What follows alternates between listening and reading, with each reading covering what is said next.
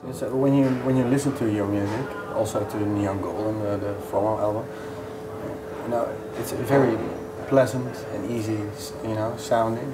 It's nice to listen to, but it doesn't sound like a difficult music, you know. But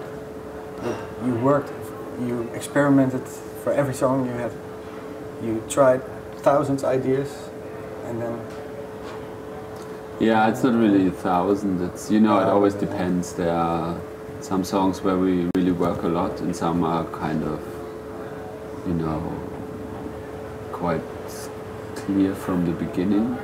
So, but we really work until the final mixing, you know, and always rethink it again. And in the end, we want to, you know, we want to have it like you said, that it's not. You know, it should sound natural in a way, so that you have the song and you can listen to it, and then, or at least with this record, there was something that we saw in the end, that it's maybe that's could be like the connecting thing of the record, that you have like often the acoustic guitar and the singing, and you have the songs, and then you listen to the songs.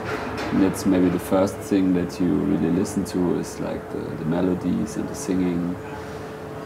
And then you can start to, you know, really listen to each layer and maybe discover new things, and then you go forward and really, you know, you discover that there maybe are some layers that, you know, totally go into another direction, also maybe add to the meaning of the whole song, and maybe sometimes also are really, can be really dissonant or strange, or even, you know, a bit scary, however. So that's something that we really like, you know, that it's not so obvious, but more subtle, you know. So. Yeah. Can you give an example of a song, how it's been built up, or is it too, or is it too abstract?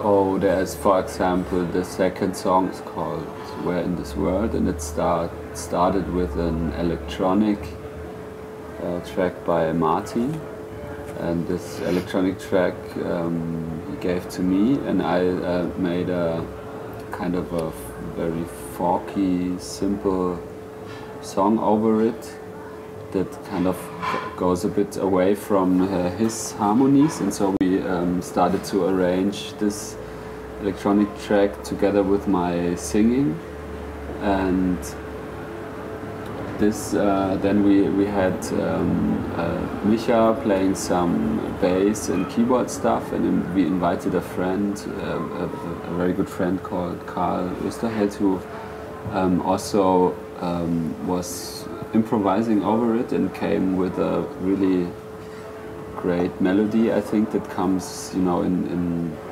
the third chorus, I guess, a really nice clavichord melody, and also some other small stuff. And then in the end we gave it to a friend of us called Daniel Glatzel, who has an orchestra called Andromeda Mega Express Orchestra, and he wrote a whole arrangement for orchestra with, you know, lots of sounds, and it's a very complex sounding arrangement, and we recorded this, and then we took the recordings of the orchestra and kind of took, you know, we took a string part that was normally for one chorus, that was too much on this chorus. We took it and made it the intro. So now in the beginning there's this string arrangement that was normally for the chorus, and now it's in the beginning, and